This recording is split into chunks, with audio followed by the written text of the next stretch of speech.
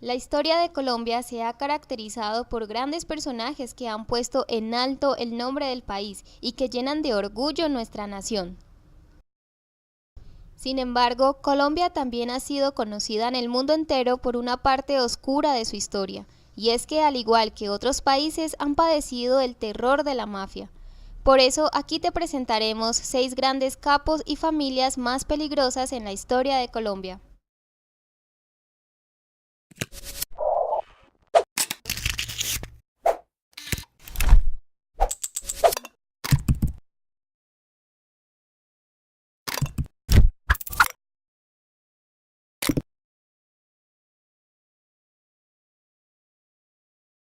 El clan Ochoa es para casi todo el resto del mundo el equivalente a los Corleone. Eran la segunda fuerza en el poderoso cartel de Medellín. El clan lo conformaban Juan David, Jorge Luis y Fabio Ochoa Vázquez. Según palabras de Popeye, Jorge Luis era la única persona a la que Pablo Escobar llamaba patrón.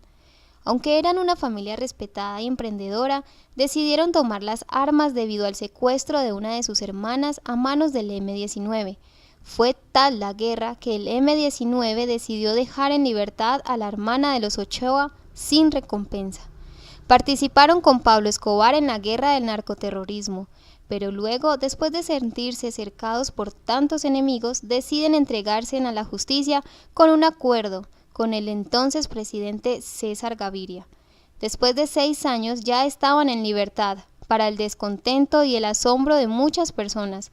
Lastimosamente, Fabio continuó en el narcotráfico y fue extraditado a los Estados Unidos y condenado a 30 años de prisión.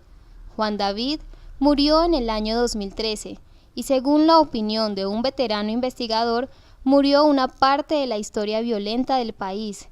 Se fue sin pagar ante la justicia y sin contar todo lo que sabía. Y por último, Jorge Luis se convierte en el único gran narcotraficante que no está ni muerto ni en prisión.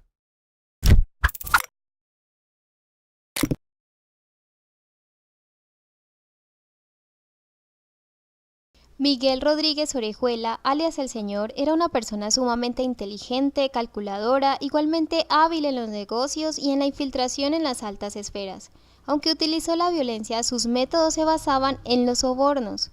Junto con su hermano Gilberto fundan el Cartel de Cali, conocido por ser el primer distribuidor de cocaína en los Estados Unidos. Era conocido por ser el dueño del equipo de fútbol América de Cali. E inclusive cuando estaba en la cárcel recibió la visita del actual presidente de Argentina, Mauricio Macri, para negociar el traspaso del arquero Óscar Córdoba hacia el fútbol argentino. Fue el encargado de traer de vuelta a su hermano detenido en España por narcotráfico. Libró la guerra con Pablo Escobar y, según palabras de Jorge Salcedo, el primero que supo de la muerte de Escobar fue Miguel. A pesar de haber cumplido su pena, esta se extendió debido a que se le empezaron a imputar nuevos procesos y finalmente en el año 2005 el gobierno colombiano decidió extraditarlo a los Estados Unidos, donde fue condenado a 30 años de prisión. Gilberto Rodríguez Orejuela era el jefe natural de la mayor organización para el tráfico de drogas en el mundo, el Cartel de Cali. A diferencia de Pablo Escobar, a Gilberto se le tenía más respeto que temor. Sus decisiones siempre eran respetadas por los más de 3.000 narcos que componían el cartel.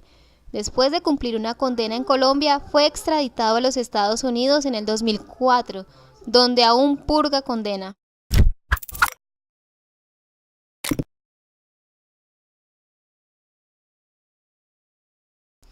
Carlos Enrique Leder Rivas nació en Armenia, Quindío, el 7 de septiembre de 1949.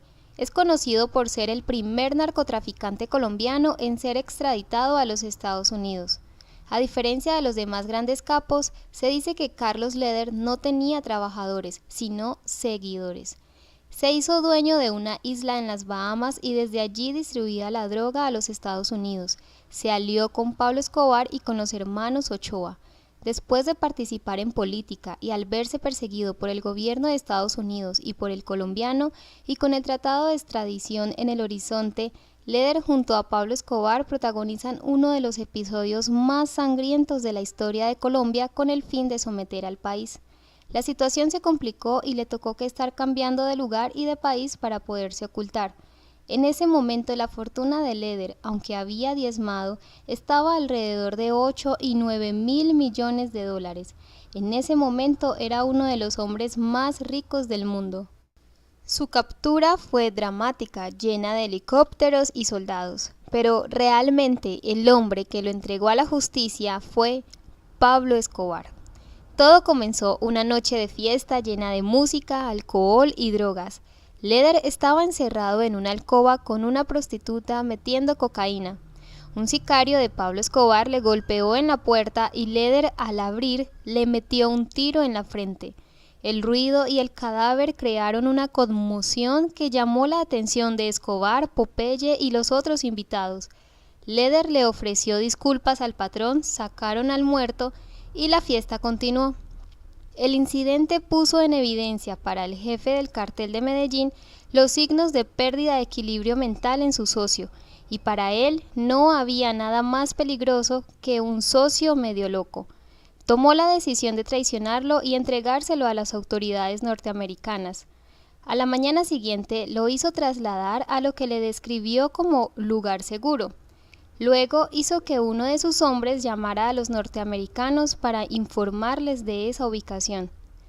Fue condenado a cadena perpetua más 135 años, pero por colaboración a la justicia en 1991 le rebajaron la pena a 55 años. Desde entonces, Carlos Leder ha estado peleando para que se reduzca la pena. Después de tantos años en la cárcel, pronto quedará en libertad condicional.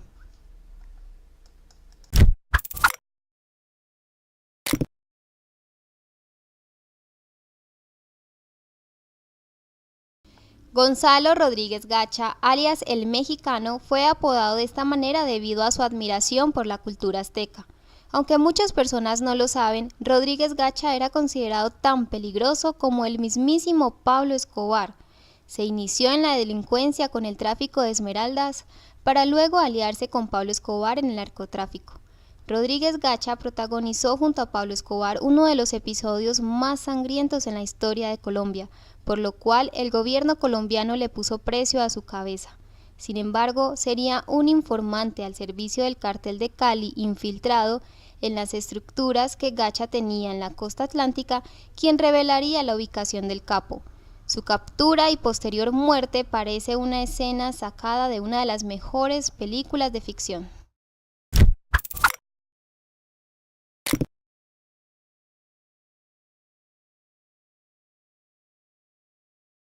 Orlando Henao Montoya era el jefe del Cartel del Norte del Valle, quien aparece luego de la desaparición de Pablo Escobar y la posterior desarticulación del Cartel de Cali. Era conocido como el capo de capos y durante mucho tiempo pasó prácticamente desapercibido por las autoridades. Fue este hecho el que lo convirtió en inclusive más temido que Pablo Escobar. Era casi imposible rastrearlo. Decide someterse a la autoridad para cumplir una pena de 5 años y legalizar todos sus bienes. Pero dado a que desde la cárcel da vida libre a la muerte del capo Elmer Herrera, el hermano de este, también recluido en la misma cárcel con Orlando, decide cobrar venganza y asesina al capo.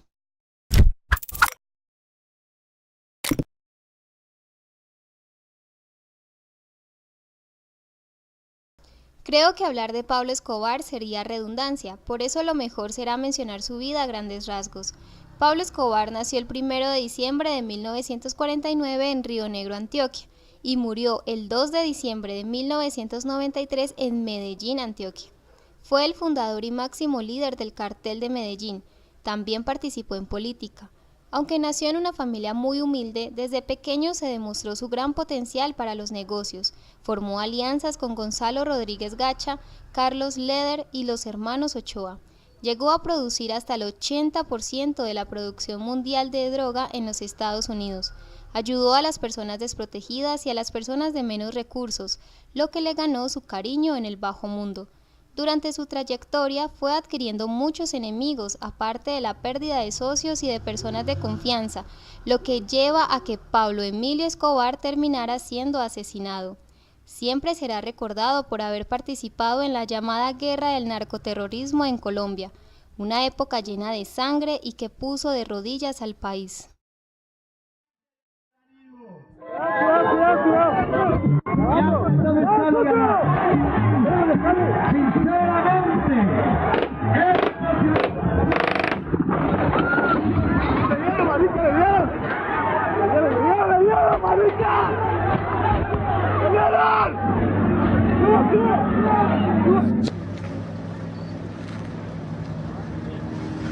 A esta hora, aquí sobre la carrera 28-27, frente a las dependencias del GAN, acaba de estallar un poderoso artefacto.